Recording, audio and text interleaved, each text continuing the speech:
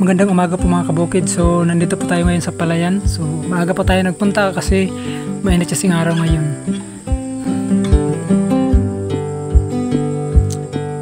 So ito na po mga kabukid, mayroon na po tubig ang ating palay. Ayan, dahil po umulan po kahapon, kaya nagkatubig na po ang ating palayan. Ayan, kasi natuyo po ang ating palayan dahil po mag-isang buwan po na hindi po umulan, hindi po nagparamdam ang ulan po dito sa amin sa Samar. Pero ngayon nandito na ay marami na pong tubig. Ayan. Ayan, natuyuan po ang aming patubig kasi mahina po ang source ng ilog ng pagkukunan po namin ng patubig dito po sa lugar namin sa mga palayan.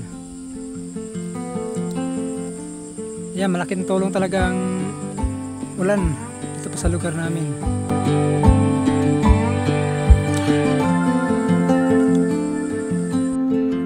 So marami pong hamog ng palay dahil po ay 7 AM pa lang po dito sa amin. Ayan, 7 AM pa lang po ay nandito na po ako sa palayan.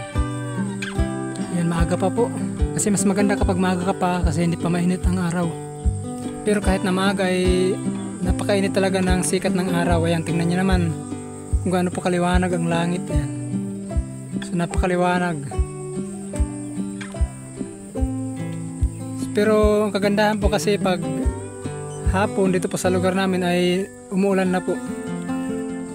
Kaya ayan, malaking tulong talaga ang ulan sa mga palayan. Kaya po sa lugar namin na walang patubig o hindi po na abot, kulang patubig. Ayan, ganito meron na po tubig ang palayan.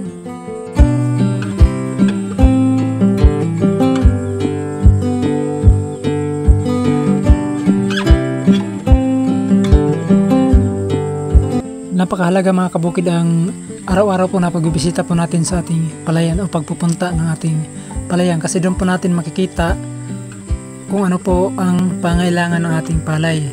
Kasi pag hindi po tayo nagpupunta, halimbawa ng isang linggo hindi po tayo nagpunta at walang tubig, so magkakaproblema po ang ating palay, mahadlangan po ang pagtubo ng ating palay. Hindi kaya mayroon po mga peste gaya ng mga tabudlo po sa lupa. Kapag wala pong tubig ay kinakain po ang puno po ng palay, kaya po naug ang palay. So napakahalaga talaga ang araw-araw na pagpupunta, at lalo na kapag bagong tanim po ang ating palay. Kapag mayroon po part po na hindi po natuyuan, so kakainin talaga ng kuhol. So dapat araw-araw po tayo nagpupunta sa ating palayan. So hindi natin alam na kapag napabayaan natin ay doon po papasok ang peste, di kaya kawalan ng tubig at saka kakulangan sa pag-aalaga, dahil doon po natin makikita kung ano po ang problema ng palay kapag araw-araw po tayo nagpupunta, kasi nasolusyonan natin agad.